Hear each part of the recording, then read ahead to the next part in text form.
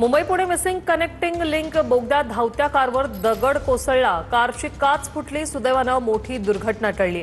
या घटनेत कुणालाही सुदैवानं दुखापत झाली नाही। चालकाने कोणतीही तक्रार नोंदवली नाही। सुदैवानं जीवितहानी नाही आणि या घटनेमुळे बोगद्याच्या सुरक्षिततेबाबत पुन्हा प्रश्नचिन्ह उपस्थित। त्या तिथल्या स्टोनचा फोटो काढलेला आहे। आता मी पुण्याला निघालो होतो मिसिंग लिंक वरती पुणे लाईनला। माझ्या गाडीवरती बोगद्यामध्ये दोन छोटे छोटे दगड पडलेत। काच फुटलेली आहे।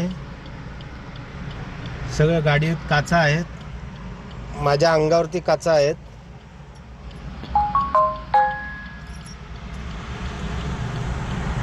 आणि मी कुठं दगडी पडल्या त्या तिथल्या स्टोनचा फोटो काढलेला आहे। रणजित जाधव आमचे प्रतिनिधी आपल्यासोबत सध्या फोन लाईन वरून जोडले गेलेले आहेत। रणजित, धावत्या कारवर अशा प्रकारे दगड कोसळणं त्यामुळे बोगद्याच्या सुरक्षिततेबाबत प्रश्न उपस्थित झालाय। काय सविस्तर माहिती, नेमकं काय घडलं? नक्कीच वृषाली, आपण पाहिलं तर 1 मे रोजी या कनेक्टिंग म्हणजेच मिसिंग लिंकचं जे आहे ते उद्घाटन झालं।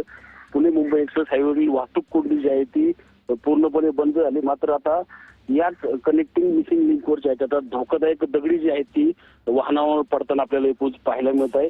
आपण पाहिलं तर काल मुंबईहून पुण्याच्या दिशेने जाणाऱ्या एका एर्टिगा गाडीच्या पुढच्या काचेवर जे आहे एक दगड पडला।